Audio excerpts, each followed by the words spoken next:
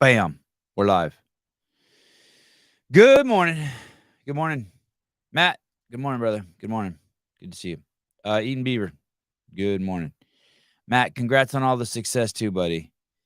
It's cool what you're doing. It's cool what you're doing for your gym, your community, the state of Ohio, the entire CrossFit community. I don't have the... Oh, maybe I do have the clip right here. Let me see.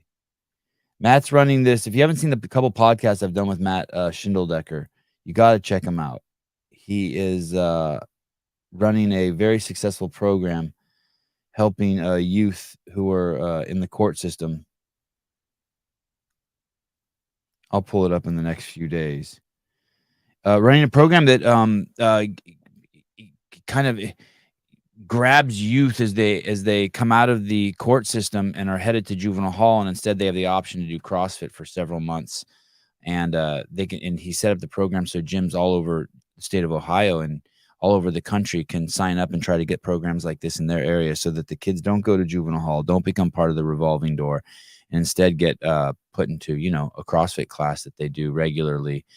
That their probation officer, the judge, their whole basically circle of people end up participating in, and it has a crazy success rate. And that's led to relationships that Matt has with the entire state of Ohio, which led to him recently doing a workout that the most exciting part isn't necessarily that they did the workout, but that emails are now going out to every single highway patrol officer in the state of Ohio, maybe every single officer in the state of Ohio, notifying them of CrossFit workouts. So it's cool stuff. It's probably worth just bringing Matt on once a month and get updates on that program. It's so cool. Mr. Weed, good to see you. Glenn, hey. Jan, yo, what's up, dude? Morning, fake Craig Howard is here. Yep, I see it. Thank you for accommodating my little eyes. I was thinking, I was watching the president of Instagram, who I'm not a fan of even in the slightest. He is the most woke of woke. He's a scary man. He is akin to something out of being a James Bond villain, or something out of like Germany, World War II. He is a scary, scary man. He's not a good dude. And I was watching him, and he was being interviewed. Super beta, super racist, just all that crazy woke stuff, all the craziest of the crazy woke stuff. And I'm watching him being interviewed, and I'm watching him drink a Coke during the interview. Him and the podcast host are drinking Cokes. And I remember when I used to be the only reason why I've ever used tobacco or nicotine is because someone else was using it. Hey, good morning, Greg. Good morning. I never just walked into a store and bought a pack of cigarettes. It was always like I was at a party somewhere and someone was smoking, and that's how I tried smoking. And that's how I know that stuff, that's how that stuff spreads, right? When you're doing, then you chew. One of your friends is drinking a Coke, when you exercise. And that's basically that's basically how that works. And I was thinking about and you wear Nike clothes, and then your friends would wear Nike clothes, and that's how that works. If you want, for example, Nike's one of those companies that mandated the injection for their employees. You didn't take the injection, they fired you. You lost your job. And so that's kind of what we're all doing here on the planet. We're all signaling each other through our behaviors on what people should and shouldn't do. And that being said, I was thinking about just recently, just in the CrossFit space, that whole incident that's quite hilarious that happened on Lauren Fisher's Instagram account, where people were upset because she played I forget even what the name of the movie is, but the name of that movie where Robert Downey Jr. plays a black guy, and he says and then Ben Stiller says the word retard, and people are upset about something as subjective as painting your face black and the word retard. And yet you have people, leaders in the fucking community, drinking Coke, which is a Tropic of Thunder. Thank you. Which, by the way, I think is just a stupid movie. I don't know why so many people like it. But it's amazing that something that's objective and real, like drinking Coke is bad for you, gets a pass. But something that's subjective, like calling someone a retard, gets people up in a frenzy. It makes me think that we're surrounded by retards. And that's my morning thoughts. Hi. What's up, kid? What's up, dude? So Lauren Fisher get in trouble? Kinda, yeah. I mean, they tried to, every Tom, Dick, and Harry who was offended came over to her Instagram account and was like, "You should be ashamed of yourself." And what's worse is they even do stuff like, people were like saying stuff along the lines of, "I'm disappointed in anyone who even follows this account." You know what I mean? Like even shame people who are her friends.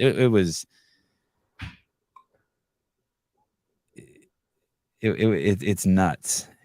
It's nuts. These people think that they're being kind, but they'll just publicly roast anybody. For I don't know what their deal is.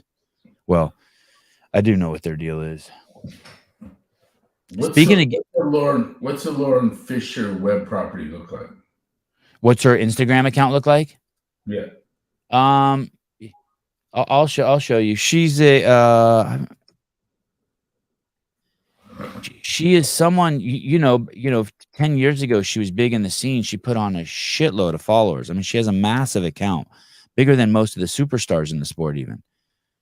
But she, I think kind of her claim to fame is she was supposed to be the every girl's girl. She was one of the first one that talked about like, hey, I don't have a perfect body, or I started when I was young. Yeah, it's kind of your standard, CrossFit account, her working out, her getting married, her pushing product. You know what I mean? Yeah. It's your standard account. Her and her boyfriend. Her boyfriend's really cool, foreign dude. Yeah, that's a pretty normal, you know what I mean? She's a big, I think, I don't follow her closely, but as I recall, she's a big, like, pro girls can do things. You know what I mean? That's kind of her angle. I don't want to go as far as to say she's woke, because I don't follow her closely, but like usual, it does seem like the woke eat the woke. Oh, here, I'll play you the clip. Here it is. It's right here. This is it. This is what people are upset about. What do you mean? Check it out. Sorry, hold on a second. I missed the best part. Let's see if I can. Did you ever see that movie, Greg? No. You're not missing out. I know it was well received. Yeah, people love it. How do I get out of here? Ever since a young boy, everybody knows you never go full retard. You mean? Check it out. So that's it. That's the clip. The guy says, everyone knows you never go full retard. And then Ben Stiller goes, what do you mean? And then all these people are like, every mom and dad or brother or sibling with someone who has Down syndrome chimed in and said, you're basically despicable. It's like, dude. Those are the last people I would think, by the way, who would chime in. I thought that they would want to be like, hey, I don't want a word that's going to offend my kid. Like, it's cool. It's fine. But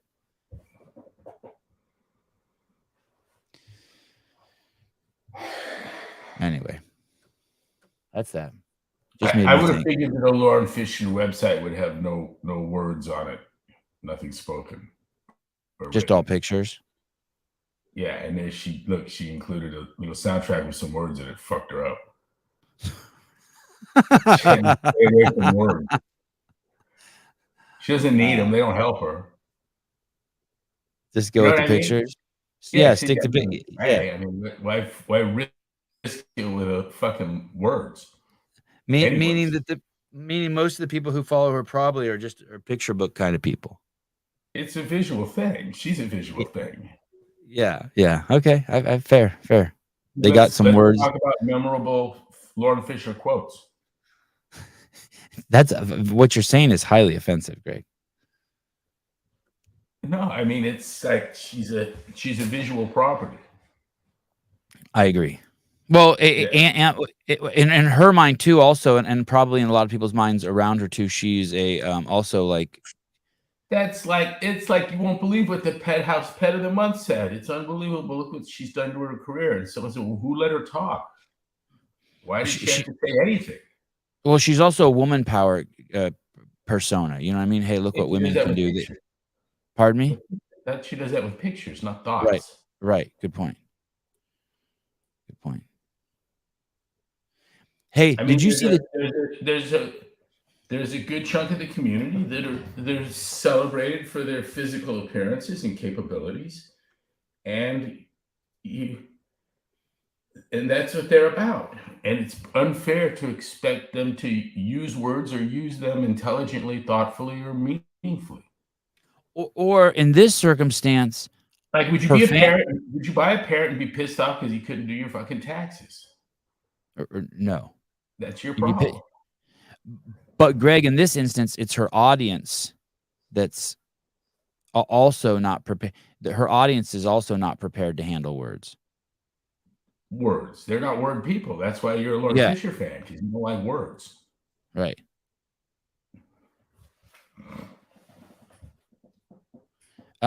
Clock. The woke went full retard on the never go full retard clip. Seems like some sort of milestone has been reached. Adam Blakesley. Lauren was the first young hot CrossFitter when all the women were a little older in the beginning. Yeah, she was really young, right? She was like 17. And she had a brother also in the space kicking ass. Similar, hey, not really a word guy. Right. Did you see what I sent you last night? Did you see the text? I sent you basically. Let me see if I can find it. It was this thought I had. Is CrossFit a libertarian practice more than a fitness practice? Like, if you had to put it in a hierarchy, would you say it's a health practice, a libertarian practice, and then a fitness practice? Is it a libertarian practice? Do you know what I'm asking in this? Maybe not. Meaning there's such a high premium put on personal accountability, personal responsibility, and the outcomes make you a libertarian in terms of what a libertarian, someone should contribute to a libertarian society. That if you're not a libertarian and you bring that thought practice, like, the next thing I know is there's going to be people doing burpees for you. Like, a progressive would be like, hey, it's not fair that this person has to do 100 burpees. They're overweight, so I'm going to do 50 of their burpees for them. Like, it's just not made for the victim mind. Yeah, there's... And the way it led to activism, the way it started pushing up against everything that was going on in society. You know what I mean? It was pushing right up against it. There are ideological perversions that have trouble nesting in all kinds of systems. It's hard to carry the lefty ethos into farming, for instance. Something that requires you to get up every morning at 5 o'clock without thought and commit to service to your animals and your project. And it's you just don't see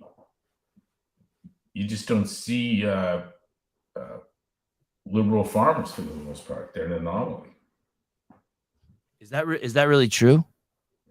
Yeah, for the most part. Yeah, that's crazy. Yeah.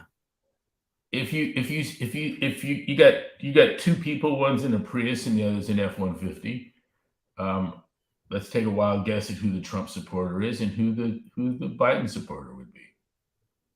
Now, that's why you get someone that's, you'll notice the exceptions to that. Right. Remember when Pat got the Prius and we were like, dude, what the fuck's the matter with you? Sherwood got one? Yeah. Yeah. We have a couple here in town that have traveled the entirety of the California coast, and they're his and her. I think they have Bell Jet Ranger helicopters. And for fun, they photographed the entire coast and then gave that to the State Coastal Commission and got pats on the back. But they have photographed through their his and her helicopter every inch of the California coastline. And I think she's president of the Prius Club, where they sit around at nice restaurants and look down their nose at all the poor people driving cars that emit fumes. Comfortable that hers emits no fumes because she plugs it into the fucking wall. It's great. It's just You know a couple that has they fly helicopters together. They have 2 helicopters and they fly them together. the whole state does. Knows of them? Yeah, they're CrossFitters. They're good. They're nice people. I mean, I like them, but their ideology is an absurdity.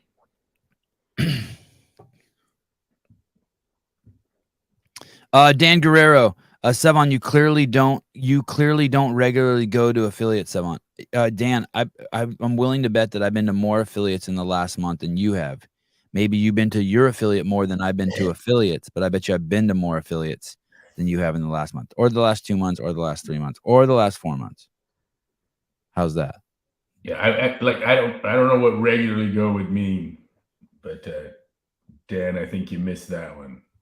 It feels laughable. It seems to be a well, they like to pick on me because I'm not a member at an affiliate, so then they think I just never go to any affiliates. Speaking of picking on, I've dropped into 5 or 6 affiliates in the past month or two. Hello, just drive by, let's swing in. Maggie and I just did that a few days ago. And Maggie also belongs to an affiliate, right? In Coeur d'Alene? Yeah. Dan Guerrero, sorry, worked out an affiliate. All right, that's what I thought you meant. Did you see this thing? So I used to be a big Howard Stern fan. Greg actually introduced me to Howard Stern. This is probably back in 2009 or 10. And I was a huge fan. And then the whole mask thing popped up. And he started saying some crazy shit. Crazy shit. He was a fuck your freedoms guy. He was like, hey, the only way to stop this is get the injection guy. He was I can't think of, he was completely extreme, right? That basically lock those people inside if they're not injected. Sevi, he went full blown Chicken Little. Yeah. And now it looks like he's having issues with his neurotic paranoid. Howard Stern says his fear of COVID is causing fights with wife Beth. And I looked it up, and I can't tell if it's just a bit on his part, but it sounds like it sounds like he's completely fucking freaking out again, and she doesn't want to do the game again. She's completely over it, and so it's causing issues in their marriage. But here's the part that's tripping me out. There's a difference between being afraid of COVID and thinking it's bad for everyone. And then there's another thing that's just like, hey, he knows he's neurotic, and yet he still, this is what's bad about people. He still wanted society to conform to his neuroses. Do you see the difference in that? Like, let's say you're just terrified of cars and let's say you're just terrified to go up in planes. You don't ask the whole world to stop flying planes. But this guy's acutely aware that it's his fucking issue. He has hand washing issues. He has germ issues. He has all sorts of weird issues like that. And yet he would go on his platform, which is, second largest platform in the world. He had 30 million regular listeners, and start spouting stuff like, hey, fuck your rights. Everyone take the injection. You shouldn't be allowed outside or in public unless you take the injection. Fuck your freedoms. He was on the Arnold Schwarzenegger tip. It's crazy.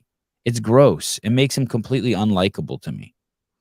I can forgive someone for their own paranoia, their own issues, but then to start pushing them on everyone in society,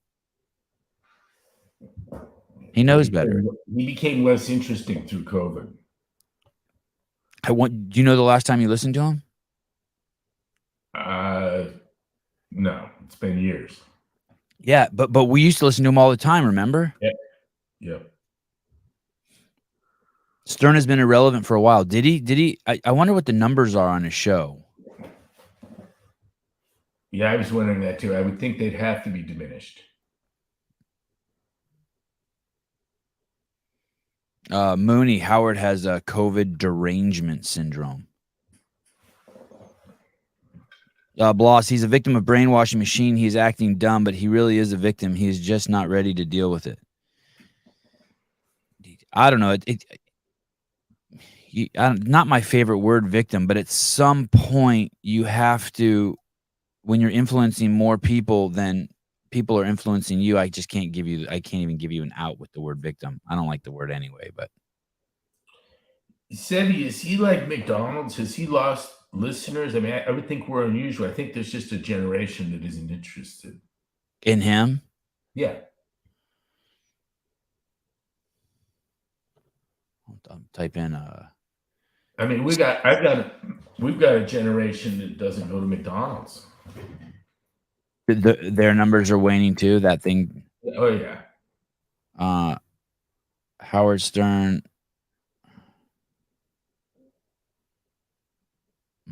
Howard Stern. Let me see ratings. And the repeating on Fox News of his paranoia, it feels like publicity for Howard. Oh, like to do it to help him out. Like his PR people hit up Fox, can we get a spot? Yeah, it looks like his numbers aren't public, but but Sirius is a public company, right?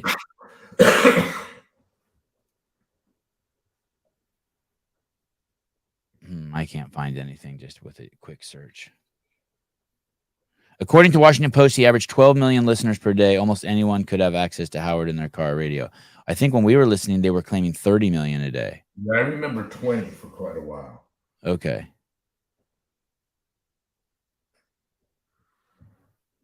How old is he now? 69, 70. Looks good. He had a good run. Yeah, 69 years. He had a great run. His wife's 51. Beetlejuice is 55. Holy shit. I can't believe that dude lived to 55.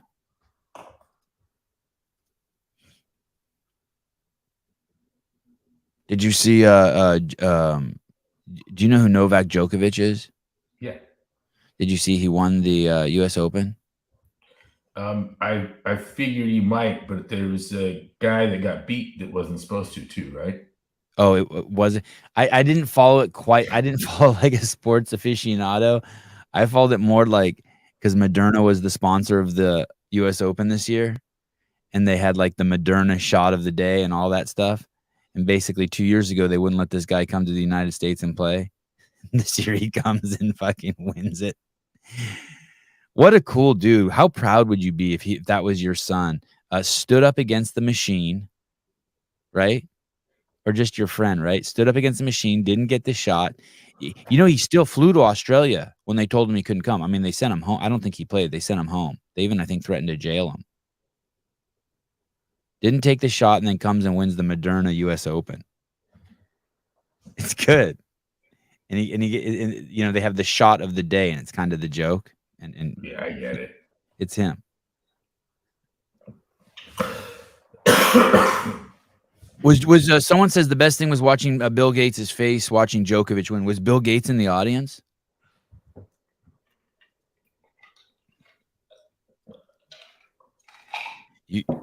I don't remember where we were, but a couple days ago you had said that thing to me where it's like, man, people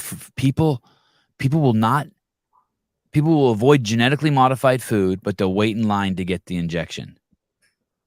They'll have this huge tizzy against GMOs, and yet they're more than willing to, you know.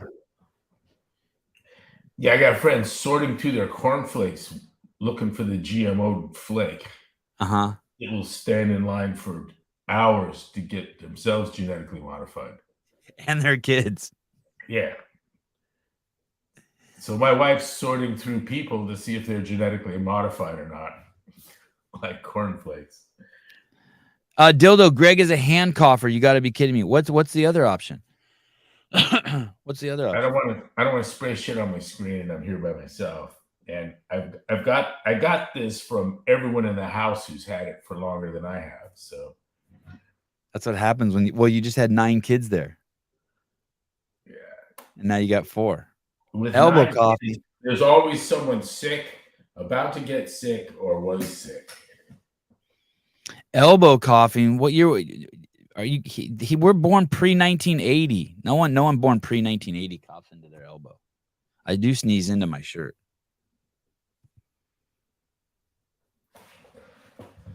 David Weed, Bill Gates should go to Gitmo for the rest of his life. I agree.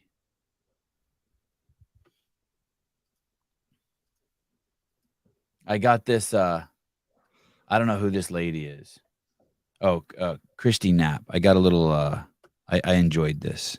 I got a little comedy piece for us this morning. Good way to get the show dinged. Here we go. These weren't perfect, but I'll tell you what they didn't have. There were no safe spaces. There were no trigger warnings. And there were no fucking peanut allergies.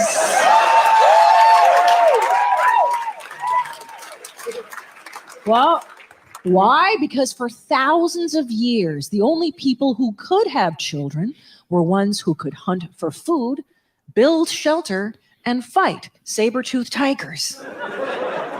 Now, there are people having kids who can't eat wheat.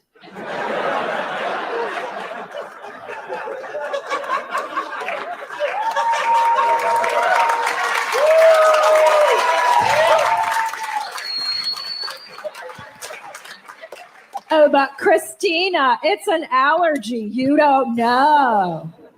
Well, I do know. I ain't fucking a guy that's scared of toast. Yeah. Let me tell you something. My favorite question when I go to a restaurant is when a waiter asks me, ma'am, do you have any food sensitivities? I can't fucking laugh hard enough. I'm like, no, boo-boo. No, no, I don't. I have zero sensitivities to any 80s weren't perfect. Christine Knapp. They didn't have. It's good. Yeah, what a good art comedy. We get asked, do you have any food allergies? And I said, I'm allergic to people allergic to shit. Perfect. Hey, you think when she does that like she's practicing that, she even practices the snort? It's like all like it's just dialed. Right, dude. Is Greg wearing a MAGA hat? No, he's not. No. I think that's a bike hat. Is that a bike component? Scope people, worse yet. For guns. Yeah. Yeah. Okay. And this is their Remember Everyone Deployed issuing. Vortec, good people. Sevi, your mic seems a little much. How's that? I just lowered it. How's that? Is that better? I lowered my mic. Thank you for telling me. Nothing worse than a loud Sevan. You own their scopes? How'd you end up with a hat? You bought a scope, came with a hat? I have one of their scopes, but someone gave it to me at the games years ago. And I think I remember that hat. The letters are raised, right? Yeah. Yeah. I saw this. I thought you would like this too. I heard someone say that the reason why MJ is a better player than LeBron is because of his emotional appeal. I heard a fighter saying that it's important to have an emotional connection with the audience. But I saw this the other day and I thought of you. I don't really know why, but here we go. I still have Jordan number 1, LeBron number 2. Jordan dominated the NBA in a way that LeBron hasn't. Jordan had 2 3-peats in 7 years. Everyone else who has stepped on the planet has 1 3-peat in 54 years. Once Jordan started winning, no one else could win. He kept a host of Hall of Famers from winning championships. Ewing, Barkley, Drexler, Olajuwon, Shaq. LeBron hasn't done that. LeBron locked down the East for 8 years. Jordan did that to the entire NBA. Good argument, right? It's powerful. I'm biased though. I shouldn't weigh in. Because he's from your era and you're not a LeBron fan? No. Okay. No, it's LeBron on politics. Oh, right. And maybe specifically his accusations of that cop from that righteous shooting in Columbus, where the young lady was about to pierce the sternum of another with a knife, and the cop got off quick shots, and before the smoke cleared the air, he was attempting CPR on the assailant. And LeBron went instantly to I think he revealed his name is what he did. Oh yeah, the cop's name. That's right. That's right. Yep. And the cop went into semi-hiding, and of course that was he had a rough day at the office to begin with. Nobody starts their shift wanting to kill somebody. Nobody wants that. Nobody wants that. And it's unforgivable. I think the girl who actually got shot. I'll forgive LeBron when the 500,000 law enforcement officers in the United States do.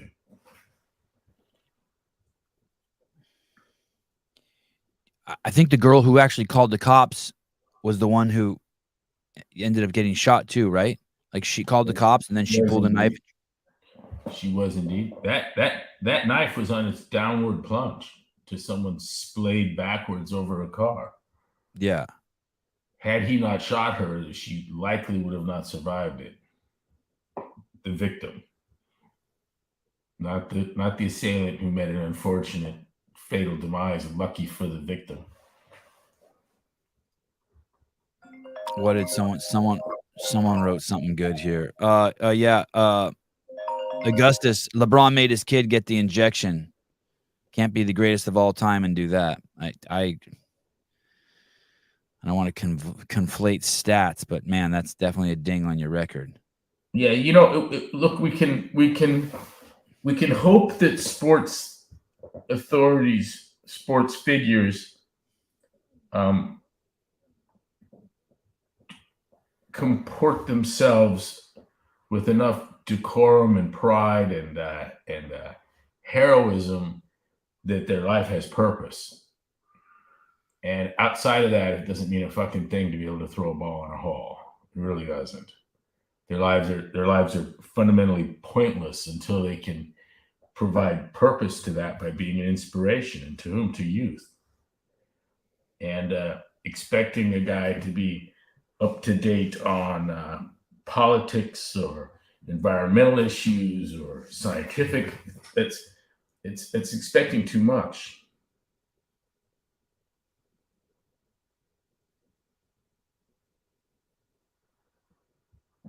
So you're left with charities and getting on one knee and signing autographs and signing shirts, patting a kid on the hat, on the head, being an inspiration. Did you see that stat on his school he opened? It was something like he opened up a school and not a single 8th grader in the last 3 years has passed the state's math proficiency test. What's the emphasis? Basketball? Good question. Yeah, maybe. But it was supposed to be this great thing that he did, and now no one's even getting educated there.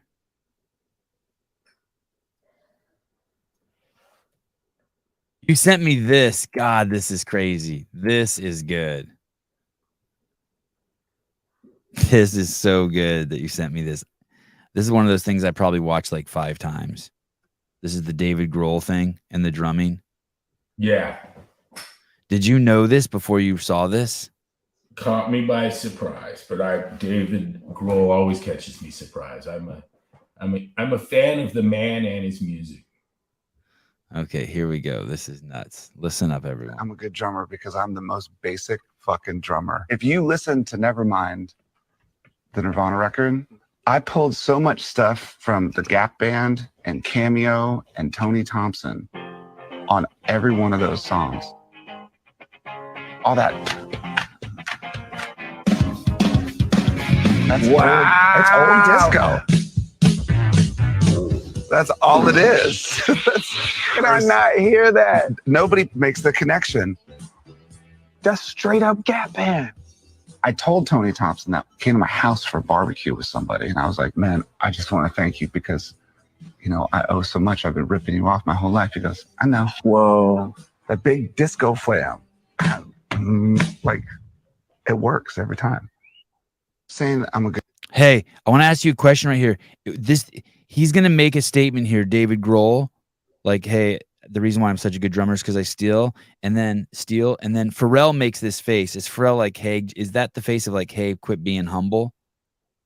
Is that Good watch drummer because I'm the most basic fucking drummer. If you listen to Nevermind, this. Is he like, oh, David, stop. You're not the most basic drummer. Quit saying that.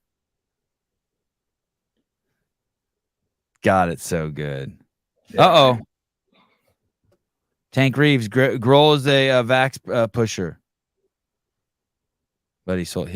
Love Nirvana and the Foo Fighters, but he sold out. He's in the Hive. Doesn't he? Does he live down there? You just have made Greg hate him too. Stop doing that. No, I don't expect a lot of pull-ups out of physicists, and I don't expect intelligent politics out of drummers. And it's easy to celebrate people that physicists that can do pull-ups when you find them, and a drummer that isn't an idiot on politics or economics. It's kind of nice, but from that I don't have a across the board expectation. That's like being upset with Lauren Fisher for misspeaking. Right. What fool was listening?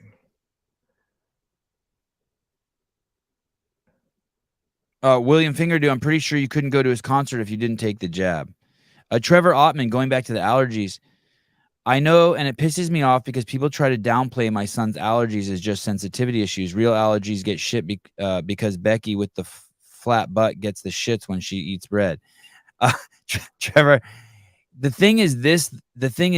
I forget the exact study, but there's this conventional wisdom that's popped up that don't introduce your kids to peanuts and honey until they're like 5 or 6 years old.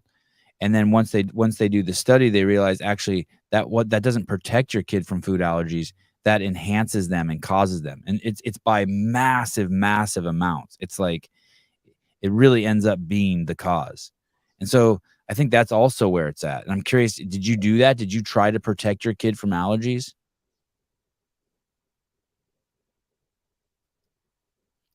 I knew it didn't make sense. Yeah, what kind of allergy? Food? Did you protect your kids from any of that stuff, Greg? Honey or peanut butter or any of that shit? Were you worried about that? I never was. No. I had heard though that the peanut allergy was due to the mistaken belief that kids needed to be kept from it.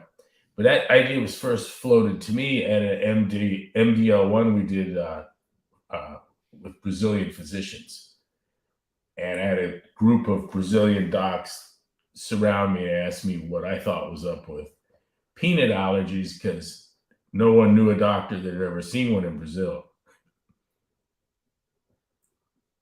Trevor Ottman, Sevi, it's a dairy allergy. We feed him pizza at 8 months, and he started to break out and wheeze. Blas Reventas, I'm sorry. So you should expose to all kinds of foods and it acts as a shelter against allergies. In a nutshell, my kids do not get sick. My kids are 6, and 8. They only break bones. They don't get sick. No infections, no nose infections, no colds. Walk right through COVID, and they walk around fucking barefoot with their hands in their mouth. And they bathe nightly, and they put on clean underwear 2 or 3 times a day, and they train hard, and they eat to the CrossFit prescription, mostly their diet. And yeah, and I introduce them. I believe that introducing kids to that type of, I believe in the conventional wisdom that sleep with a dog in your bed and you're healthier. I believe all of that. I believe that fighting off all that stuff, and I believe vaginal birth and breastfeeding are important too. Believe all that. The quicker you can introduce your kids to that kind of shit, the better. Emily Kaplan, for example, I developed a deadly allergy to bees from having been stung a million times. Likewise, people who are allergic to certain meds. Isn't there some sort of study that getting bit by a bee also, though, less cancer or something? Wasn't there some crazy study like that, Greg? Does that ring a bell with you? No, but I know someone that was diagnosed with end-stage cancer and got stung by thousands of bees as an attempted remedy. And it didn't work. Yeah, no. Christine, they get sick, Sevy. Sure. Okay, fine. They get sick. But what I'm saying is it doesn't manifest as anything. You'll never come out. You'll never hear from me. My kids are sick. I can't come to your house, or you can't come to my house. My kids are sick. You don't hear that. You won't hear that from me. Here we come. You won't see snot running from my kid's face. You just don't. T. Watkins, allergies grow. I basically wallowed in dirt as a kid, zero protection ever. Now I can't go outside in the fall. Something is going on outside of human adaptation. Well, I think people do get out. You're talking about those. I don't think of those. I see what you mean by allergies. You're talking about just like pollen and shit blowing around. I think that does come at a later age, right? I've had that a couple times in my life. Not every year. Do you get allergies? When I discovered years ago that if I had a jelly donut, I was allergic to my kid's rat. I mean, You think the sugar in there compromised your immune system, and that's what made you allergic to it? Or I know that if I had a jelly donut for a day or two, if I had any exposure to the rat, my eyes would glass over and itch, and it was kind of nasty. And if I without an elevated blood sugar, I was fine with the rat. So am I allergic to the rat or the jelly donut, or is it the jelly donut rat combo?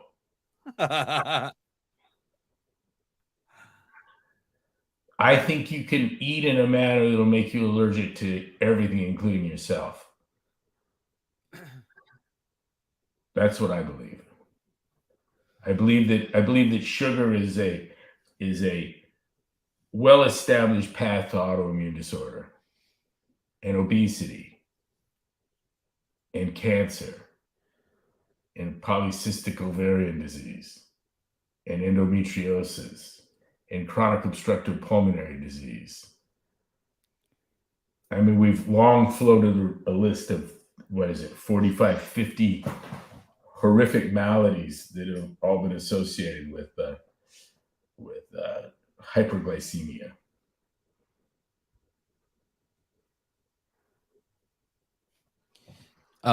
Miss Kaplan, The whole subject's almost boring at this point. In fact, it was boring when I was delivering the nutrition lectures. I remember the one that was considered one of our better that I did at Quantico. And I started off like, I hate this. I hate doing the nutrition thing.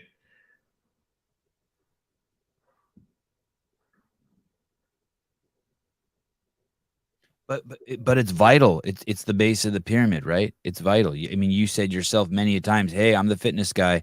But if you have to fix one thing, fix your diet before you fix your fitness. Yeah, if in a fully captive world, if I could run CrossFit Island, we'd eat right for a month before anyone would do any exercise. You'd have long come to terms with the chicken and broccoli, the salmon and asparagus, the sirloin and Brussels sprouts before you had exerted yourself.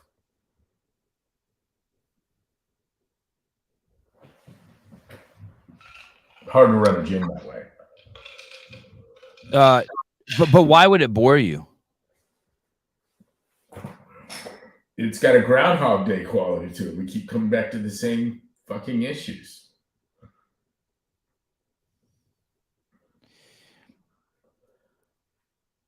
I think the progress we made in the last decade is lost. Oh, what specifically through CrossFit, or just you mean to humanity as a whole, or both? Yeah. I think CrossFit's given up on nutrition, and I think that the shape and men's fitness and men's health and all of those things are creeping back. I'm seeing isolation exercises, and things are going back to where the profits are greatest for the food industry. So if we were to draw a graph, more CrossFitters are eating cereal now than they were 10 years ago. I don't really know or care, but it seems that way to me. Right. Just from looking around. I agree. I totally agree. I saw this company. I should make sure I'm pulling. I have it right. I saw a nutrition company. I think it's called RP Strength. supporting Snicker bars. Did I see that right? Is that what it? Maybe I'm wrong. I apologize, RP Strength, if it wasn't you. There was some nutrition company that was pushing, that's in the CrossFit space, that was pushing Snicker bars the other day. I was like, wow, we really have come a long way. It was like, which one do you choose? It was a trip.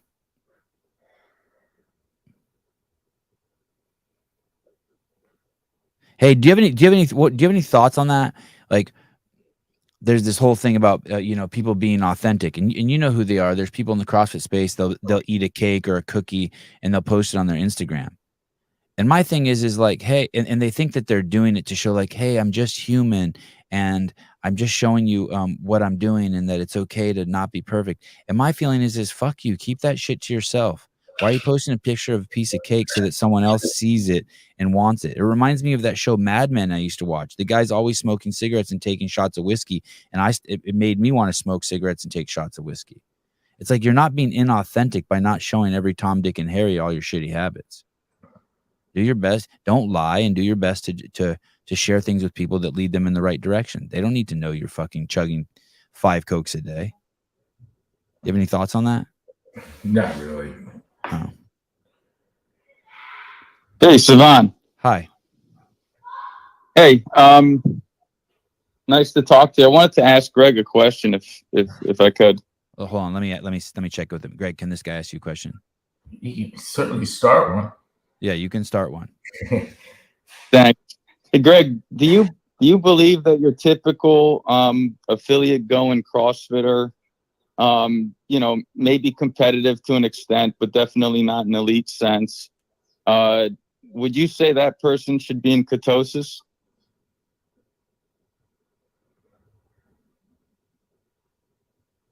Good question.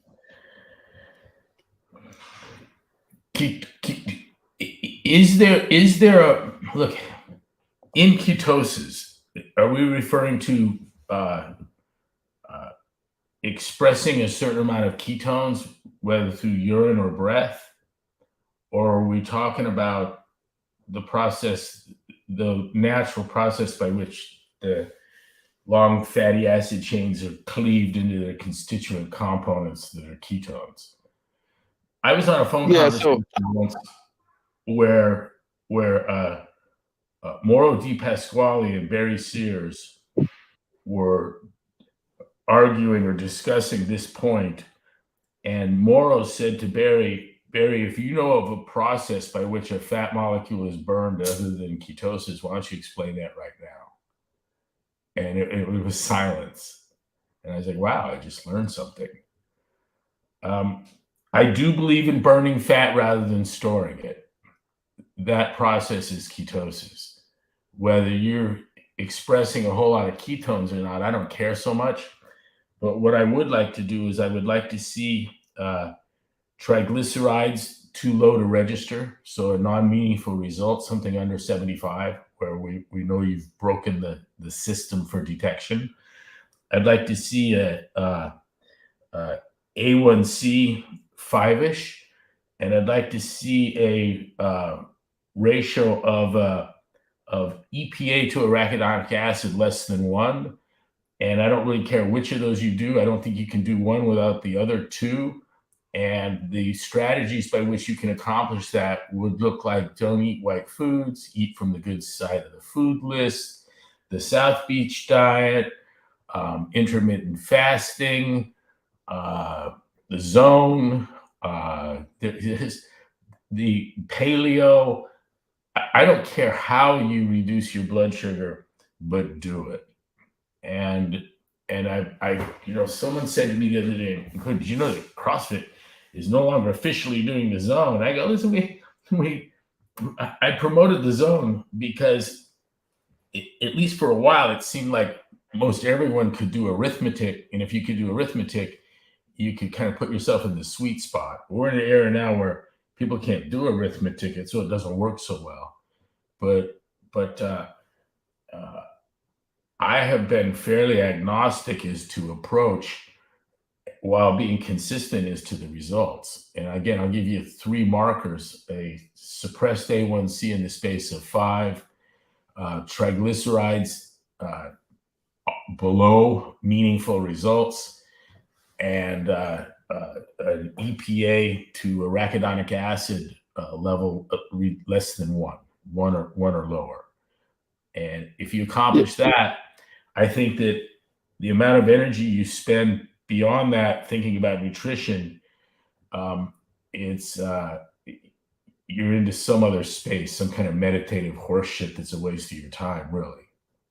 And the approaches to that, I mean, people have done it by only don't eat anything that's got a nutrition food label on it. That'll get you there. I have a stepbrother that says nutrition was all nonsense, just don't eat white foods. And I'm like, so what are you talking about? He didn't mention milk, but he did mention sugar, right? And he mentioned flour. And it was interesting. It's like, yeah, wow, it's a pretty good list of white foods. He left salt off of that. That was good. But whatever paradigm gets you to not eat foods that chronically elevate blood sugar will get you there. Right, but if you do that, I think you will be in ketosis. I'm familiar with the metrics that you mentioned. Right? Ketosis is the process by which your fat is burned, and you can burn it, store it, or shit it. Isn't there a threshold though, or at least some kind of? I wouldn't say it's a narrow line, but there is a blurry line in which you are burning fat for energy, and if you're not in that threshold, you are seeking to burn carbohydrates for energy. The reason I'm asking is because I've been in ketosis, and I've actually recreationally gotten myself out of ketosis just to explore it, and my fitness is better. Is clearly better when I'm in ketosis, at least for CrossFit type workouts. So strength training, interval training, and stuff like Murph, up to an hour of exertion, I'm good. I'm also good for all day level 2 stuff. The thing that I do not think I could do without some kind of failure is something like a marathon, like maybe like zone 3 for 3 or 4 hours. I think, I would just run out of energy, or I would need to consume some kind of energy during that workout. Because I keep hearing you say, eat less processed carbs. Carbs are bad. And I'm just wondering if your advice is really that general, or if you're regular people, and let's talk about regular people that, maybe show up to CrossFit 3 times a week, don't take it too seriously, don't go into metabolic distress, a typical CrossFitter who's doing it and getting a lot out of it.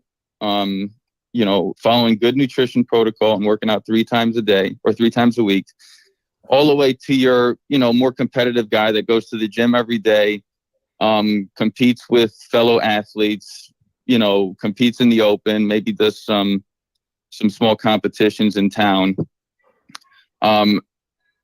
I do feel like elite athletes should not be in ketosis. They actually require carbohydrates to perform to their best level. And as far as I know, none of the elite athletes that are going to the games or going to semifinals are restricting carbs at all. In fact, I think they embrace carbs pretty wholeheartedly. I don't think there's one. I think you're right. I don't think there is one low carb games athlete. That's a great question. I wonder if there is.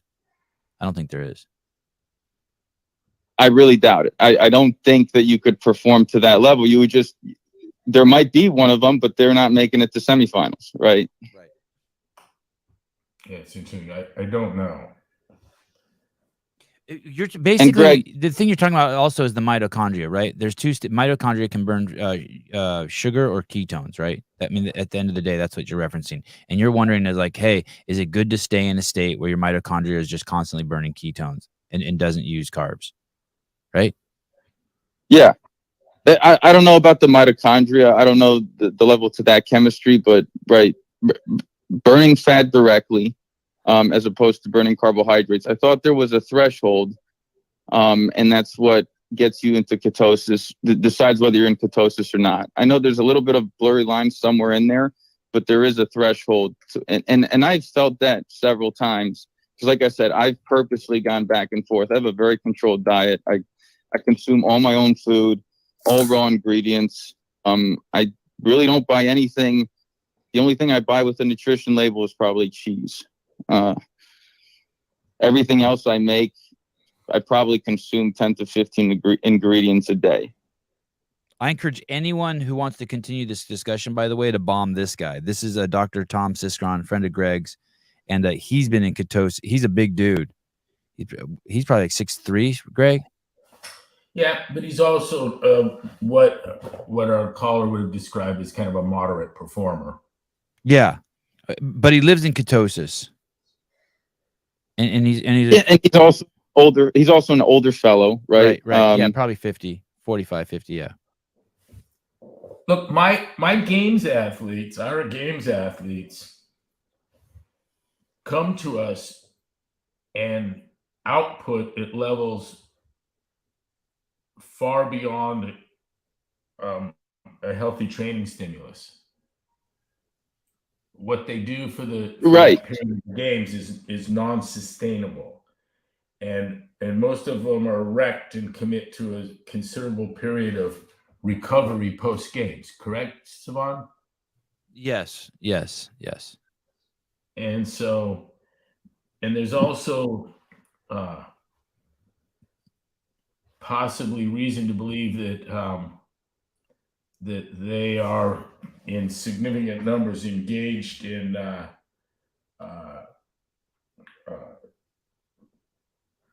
supplementation that probably also isn't well suited to the organism other than in short-term efforts. I've not tried to draw. I've been careful in the lessons I've drawn from the games athletes, because when I listen to them, I hear that there's no way to win without compression fabrics, but the following year that's no longer true. And I hear them say that if you don't ice bath between workouts, there's no way to win this thing. And the following year, that's not true. And then the following year, they tell me that unless you put this bright colored tape all over your knees and ribs and back and shoulders, you're not going to win anything. And the next year, none of that's true.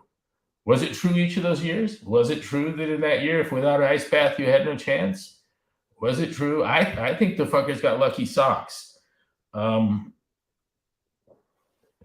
Yes, but the difference between those examples that you gave and what I'm talking about is what we all just talked about. We don't know a single elite athlete in semifinals, which of course we don't know everybody in semifinals because there's a much larger field of athletes there. But at least in the games, no one is restricting carbohydrates. So just by that evolution, we could assume that carbohydrates are required to perform to that level.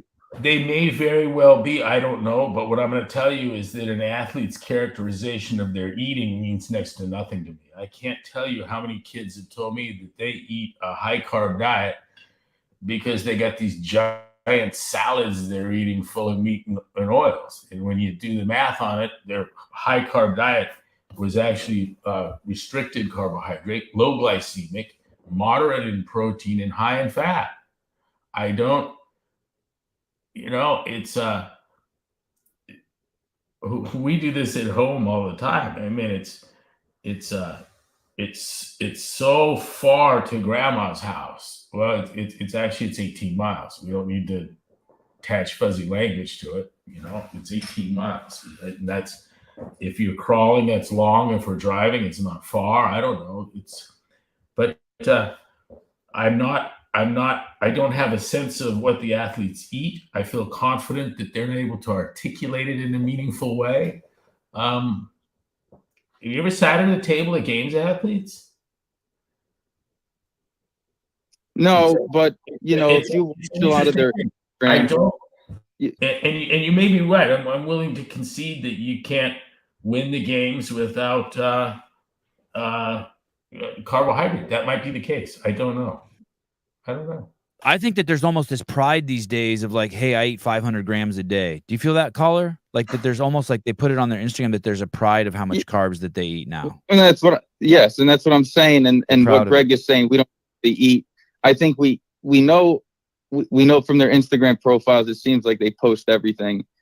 And they're like Sevan says, they're proud of consuming carbs. So when they're eating a Snickers bar or whatever, like we know about it. Maybe they're not showing a picture of their eggs and bacon in the morning.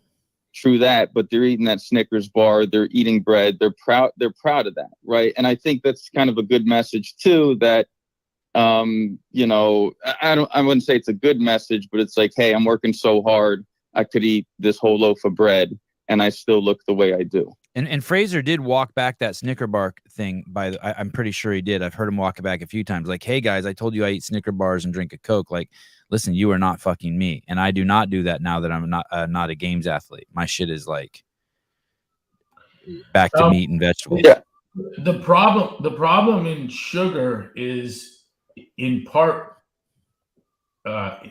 inducing fat storage and in part the burning of the sugar itself.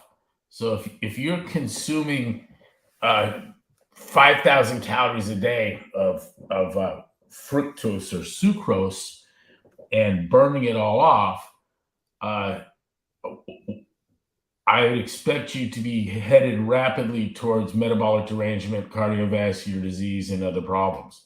The problem is in the burning of the sugar. The problem is in the storage of the sugar. There's nothing what the sugar does that I like. Right, but there's other things the sugar does, right? It does affect recovery in a way. These athletes aren't storing the sugar these athletes consume. They're not storing as fat. That's not the worst of what sugar does. It's the glycation of brain tissue, the glycation of red blood cells, the decreased cell membrane motility. And I believe all those things are still underway, even if you're burning it and not storing fat and using it for energy.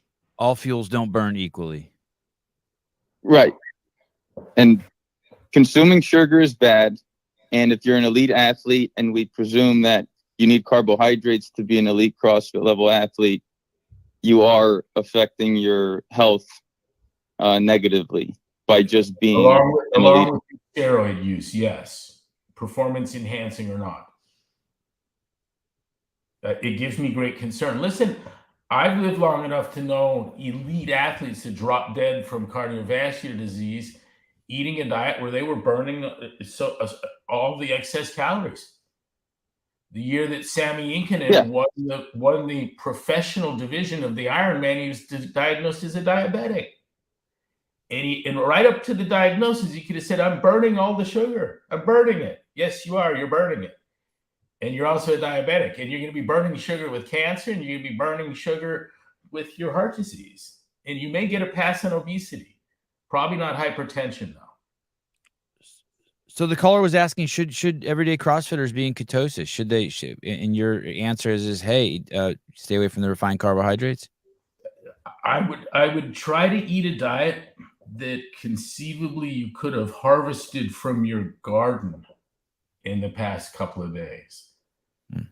And a Snickers bar is not going to be that, and neither's the loaf of bread. That would be my preference. And so I'm taking what you're saying as being in ketosis, because I think if you eat that way, you will inevitably be in ketosis. Unless you're just eating vegetables. I need a definition for being in ketosis, and I don't really care which one you'd pick, but there's a lot of definitions and there's a lot of ways to test. But I think you could eat perfectly. That is, in the sense it maximizes health, and not know what a ketone is. I don't think being sensitive to ketones is an aid in any way, shape, or form. Some people, it's the only way they're going to do it. so fine. Okay. Thank you. Yeah. Thanks for fielding the question, and thanks, Sevan, for taking the call. Yeah, great conversation. Thank you. You guys take it easy. Later, brother. Heidi, here we go. This is a good one. Heidi Kroom, has Greg developed an education pyramid? What is the most important base for education up to the final tip? Yeah, my sense of it is, and what I'm doing with my homeschooling effort is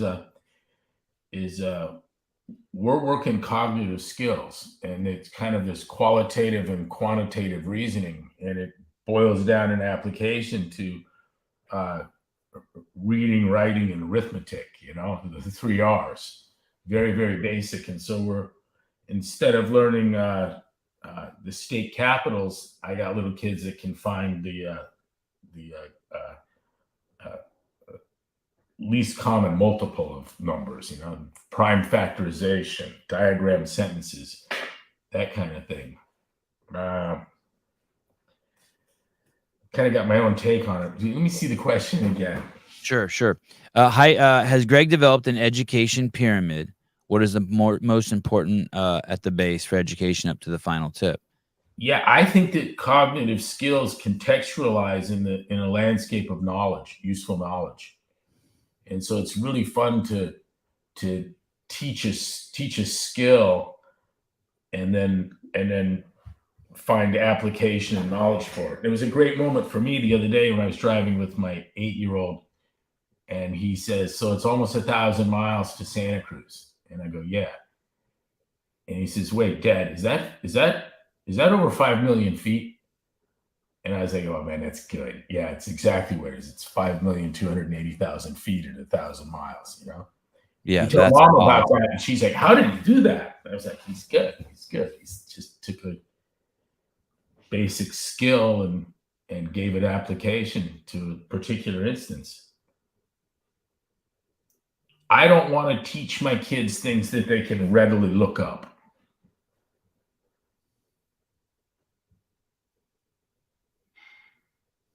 Does that answer Heidi's question?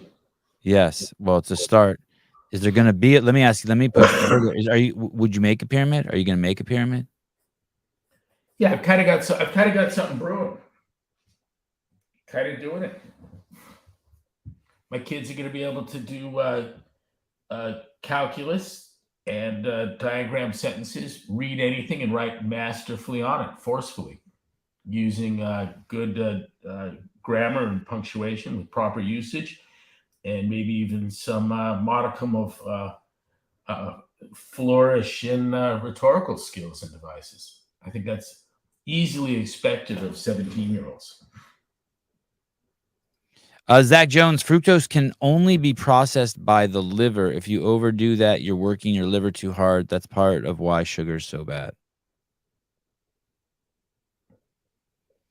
Emily Kaplan, Bob is her husband, has been low carb for decades. And when he was in deep ketosis is when he beat the world record for weighted pull-ups. So I don't think people should be worried about ketosis hurting performance. Well, shit. Yeah. Heidi, oh my God, Sevi, please hang up. Okay, fine. Go ahead, Greg. Sorry. Yeah, and someone would argue that the weighted pull-up might be more consistent with a state of deep ketosis than would, say, 3 workouts in the course of a day for the games.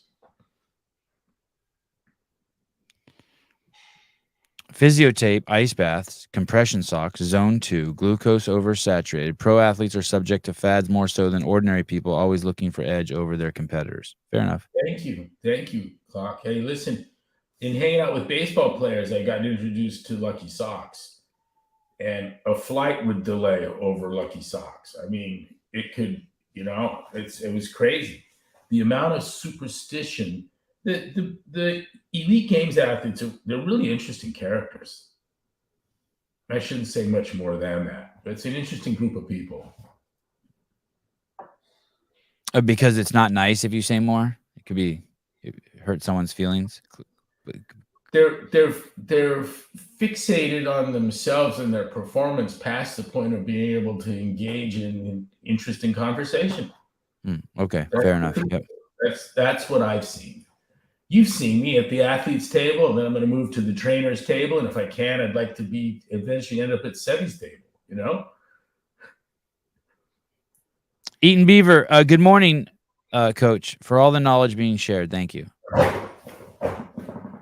No, thank you. I think nutrition's been overthought.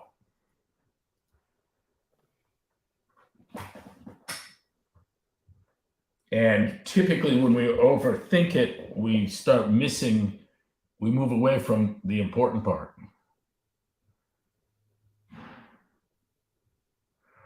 I can't justify the example of fructose came up. I'll run with it. This stuff's poisonous, and I can't make a good excuse to run it through the system.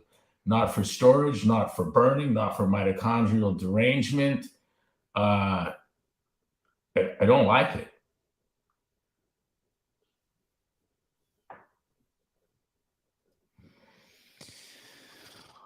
Blas. It makes so much sense, Coach. You're one of the best teachers I've ever listened to. An education program developed by you would be so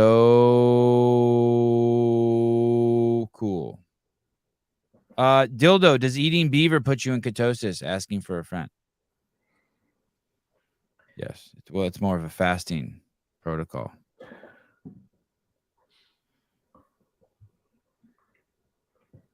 I'm going to leave that one alone. Thank you, Greg, from Heidi Krum. Thanks, Heidi. Did I answer the question? She wanted me to hang up on the guy. Joe Westerland, the 3 to 5 times a week attendee of CrossFit classes who trains for 1 hour and does one element, strength training or Metcon, should consume MVNSSFL.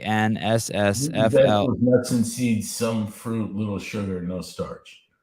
To amount of little satiety. starch. Till they're full. Should consume until they're full.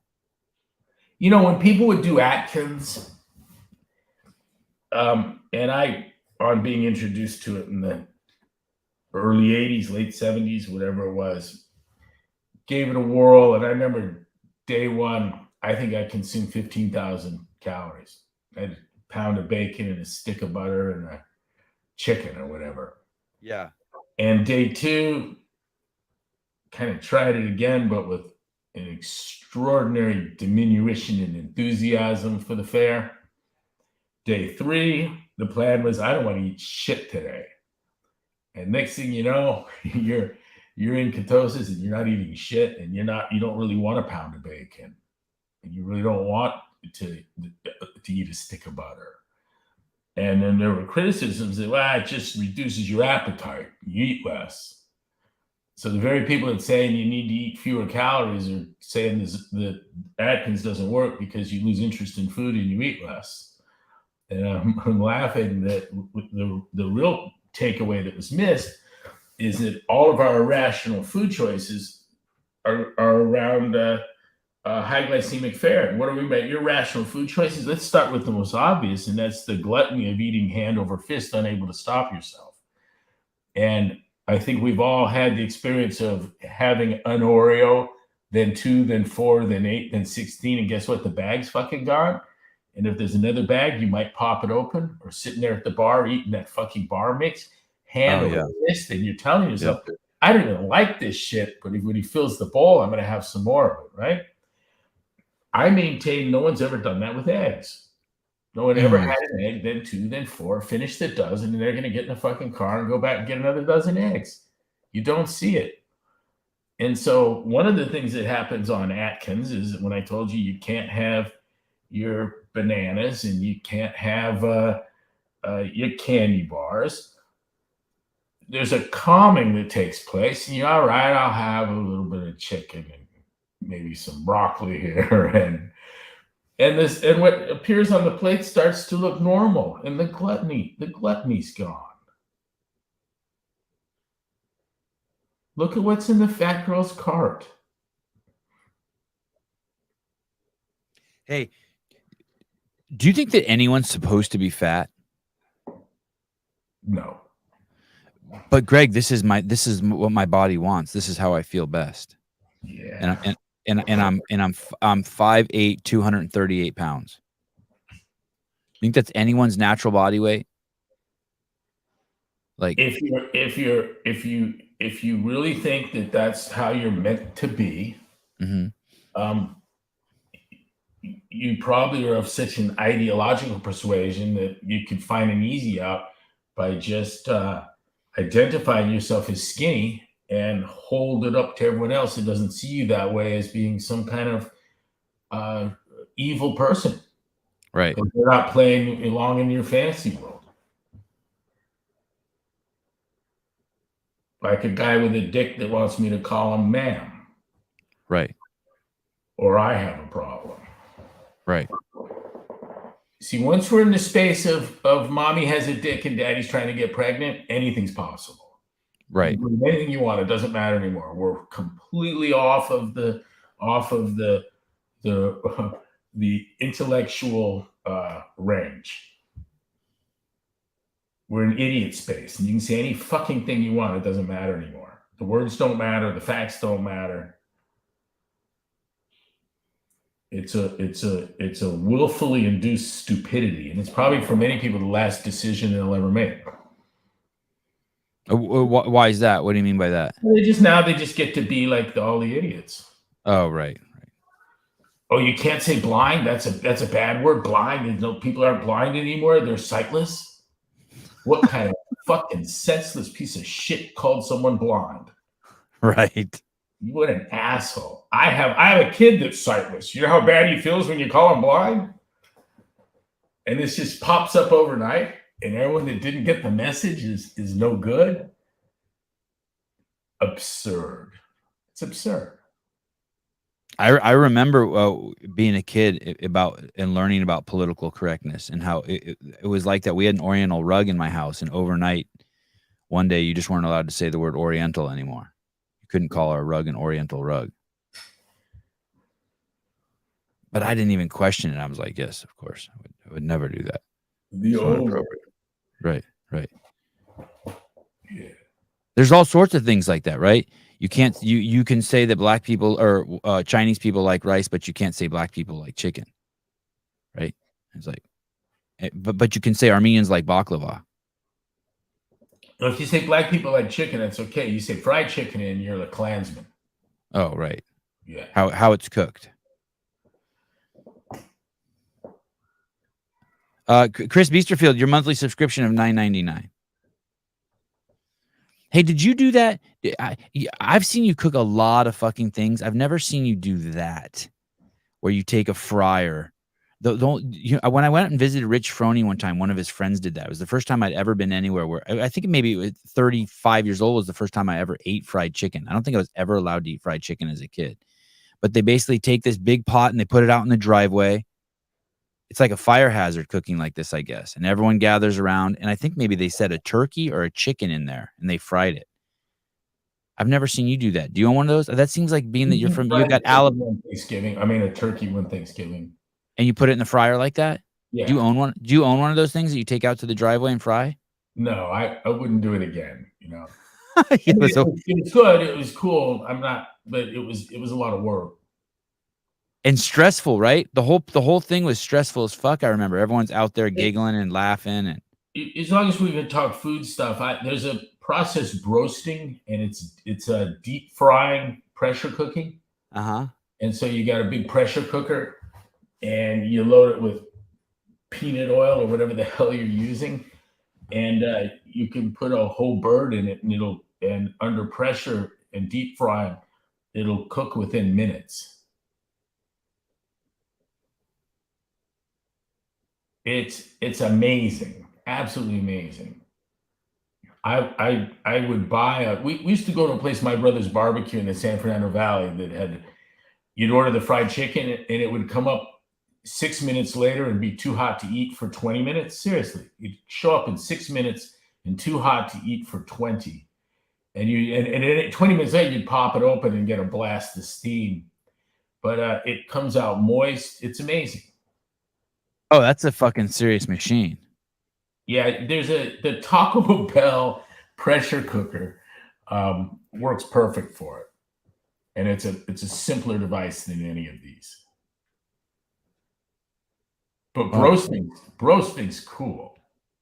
Super fast, super clean. Is it pretty much a commercial phenomenon? Like I knew it from my brother's barbecue, and see, that was commercial as fuck, even though it was right down the street from me, and we were in there 3 days a week. And I've not seen it much elsewhere, but I can tell you it worked spectacularly. And I've always. Sorry, go ahead. So I would go back to that. I'd do that today. You want to go to a restaurant supply place today and get a pressure cooker and 5 gallons of oil and cook a chicken? $12,000 roaster. No, the pressure cookers aren't that much. Oh, is the pressure cooker this? I think my wife always has one of those going on the counter. That's the thing that goes psh, psh, psh. Yeah, and that's the modern kind of the Instapot or whatever. Yeah, it's something like that. Yeah, Instapot. And it's got a lid and you crank it and it's like you hear metal on metal. Yeah, there's a little more industrial one that looks like munitions. Yeah, we always have something going in that. Yeah, that's pretty low pressure. And everything that comes out of there I like everything that comes out of there. My wife thinks it's bland, but I like it. Oh yeah, someone said Instapot. I'm going to show you a pressure cooker. This is the one I'll send via text. I don't know how to. This Jake chat. Oh, this is the one, Sevi, that I'm familiar with. Are you sending me a link? Yeah, in a text. Okay. Oh, Emily just sent me a cool graphic. And this is what I call your Taco Bell pressure cooker. I actually had a little more industrial one. Oh yeah, that's actually beautiful. Here's the better one. Here's the better one. You can really crank down. I'll pull up both. God, that thing's pretty. Dang. Is there a danger element to that, Greg? Not like taking really. The cap off your radiator? It's got a relief valve that blows. Okay. Here's the better one. Wow. Wow. This thing's absurd.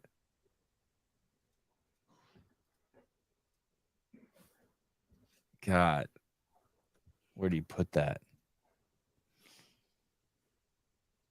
Jeez Louise. You really crank that thing down. Yeah, that thing has a kind of a scary feel to it. Like that thing would blow off and knock out a tooth. 15.5 quarts. How big is that? You could put a whole turkey in there? No, not that one. But I had a pair of them that were maybe 2 feet tall. So probably twice, 2.5 times, 30, 45 quart. So this thing has a plug to it somewhere? Yeah, there's a valve that'll blow and it lets out pressure and you can set that amount. And yeah, that's cool. Damn, that green one's cool too. But anyways, that's broasting, however we got on that subject. Oh, you don't look at that thing just sits on the stove. You don't plug that in. No.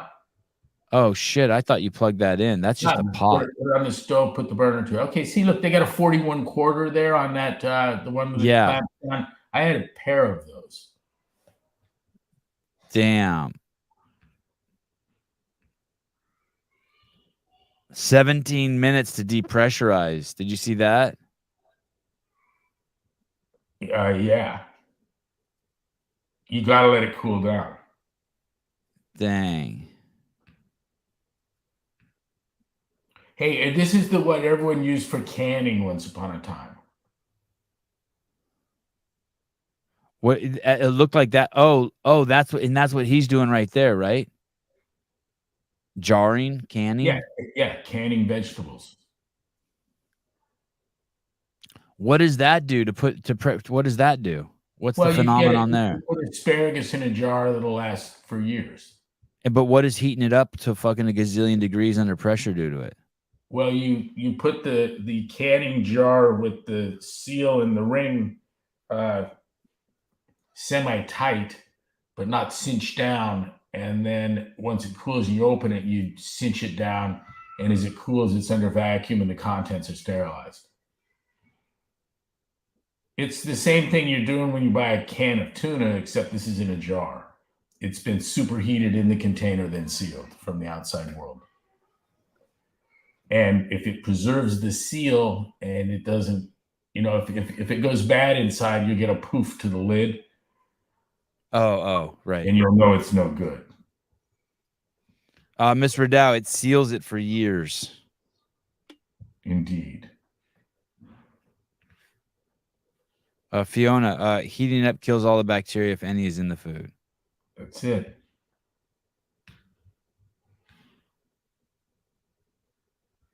Jeez, Daniel, what are you talking about? I pressure cooked sewage once. We're done analyzing it. Smells like you'd expect, maybe worse. My God. Fuck. All right. Are you am I seeing you today? I'm sure I'm gonna see you today, but are you I'm going out with your kids in a few minutes. Are you coming? Oh, you going to see? Yeah. What we got? Yeah. Yeah, I think so. Yeah, come out there, hang with me. They're gonna be there an hour. We could go get something to eat or something too. Yeah, that'll be fun. All right. Hey, thank you for coming on. Yeah, your rework.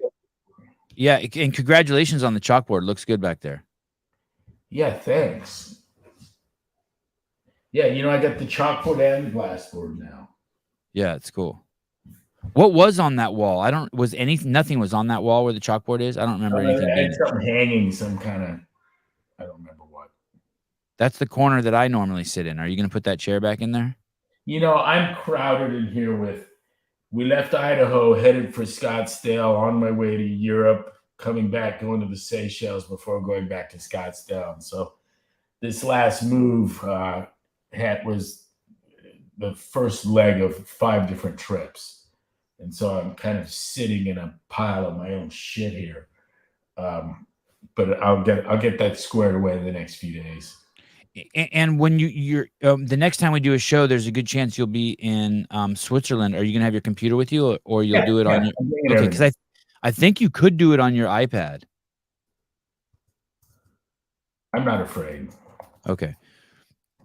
All right, dude. I will. I'm my MacBook Air. Okay, perfect. Okay, yeah, that's beautiful. The new strong one. So. All right, bitchin'. Oh, new iPhone comes out today too. The 15? See, and I think it has some significant camera improvements, which is always like my favorite part. Let's run over to Los Gatos. All right. I would love to do that too. All right. Bye, everyone. You're great. Everyone's really kind. All right. It's a neat community. A lot of good friends. All right, dude. I will give you a call in 5 or 10 minutes when I'm headed over. Bye. The skate park. Okay, bye. Ladies and gentlemen, Greg Glassman, thanks for joining us. These are probably my favorite shows each week. Beast Cakes 23. Thanks. I'm 12 minutes behind now. I had to take my hot girl walk. Oh, is that where you just like walk around the neighborhood and let dudes look at you? You know what's fun? Greg Glassman is the Jordan Peterson for fitness. Have they connected? I was at dinner a couple days ago with a guy, former CEO of big tech company, and Greg was at the dinner, and Dave was at the dinner, and then there was another SEAL at the dinner who was missing a finger, who told us a great story of how he lost his finger trying to kill a 600-pound pig. That's a story for another day. But that guy was good friends with Jordan Peterson, a regular contact, like I think maybe daily contact with Mr. Peterson. And so when I heard that and him talking to Greg about it, I was like, oh shit, it's going to be inevitable that those two run into each other. I am not going to Europe. I didn't even have Greg has always been very generous to myself and my family, and I didn't even have passports. So we actually just applied for passports for my entire family. $1,000 to get passports, not even expedited, for a family of 5, if you want to leave the land of the free.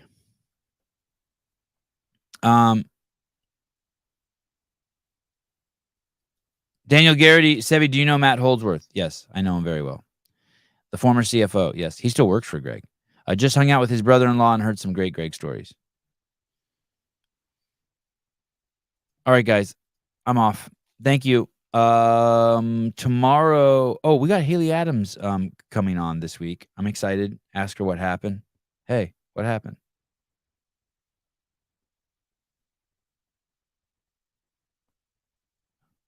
Oh, my wife just sent me a very interesting text. I wonder what that's about. Never say never. Did I say the word never?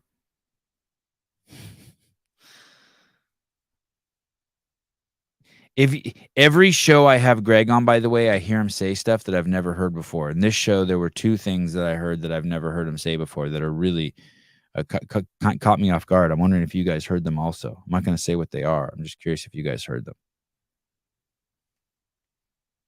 We did. Sebi, did you guys chat about Lauren Fisher's post? Love the virtue signaling in the comments over there. I didn't. No one sends me nudes. My generation missed all that. I don't think my generation did dick pics or nudes, or at least I never was in those circles. Anyway, okay. I'm off. I was looking to see who's going to be on the show tomorrow. What is today? Today's Tuesday. Oh, tomorrow, Athena Perez. That's going to be fun.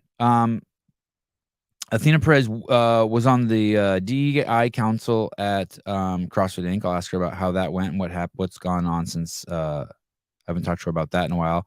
I'll be asking her. I know that she was working with, I think maybe she was working on getting shirts for larger bodied CrossFitters. That was one of her passions, starting a business around that, or seeing if Noble or other people would provide that. So I'll be asking her about that kind of stuff. And just talk to her about what's going on in her life with her business, Scaled Nation. But most importantly, I just want to get the details for everyone so that they know what the seminar is that she's teaching and that her team is teaching on September 30th and other dates. There's a whole shitload of dates if you go to the Scaled Nation website. It's a seminar, how to coach larger bodied athletes. And she's doing a seminar on September 30th, just up the road from my house, 70 miles. And so I'm going to be attending. And so I just want to just connect with her and, talk to her about that. So you guys can sit in on that conversation. But I'll ask her some other stuff too. She's seen a lot. I think I'm pretty sure Athena also went to DC to testify that she actually witnessed voter fraud. So I don't remember that story, but I'll ask her about that too. Dig into that. She's a very interesting, very intelligent person. She's the author of a book, which I ended up listening to the audiobook. I forget the name of it. Great fucking book. She has a great reading voice too.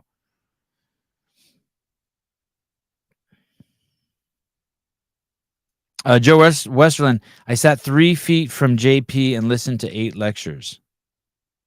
JP. Oh, I sat 3 feet from Jordan Peterson and listened to 8 lectures. The connection with CF. Oh, interesting. Joe's saying that basically someone in the CrossFit community hooked him up to going to some Jordan Peterson lectures. You just keep, what is larger than XXL? You just keep putting X's in it.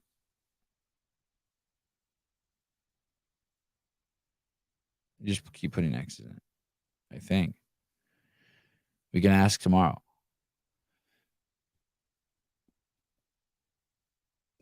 Bye-bye.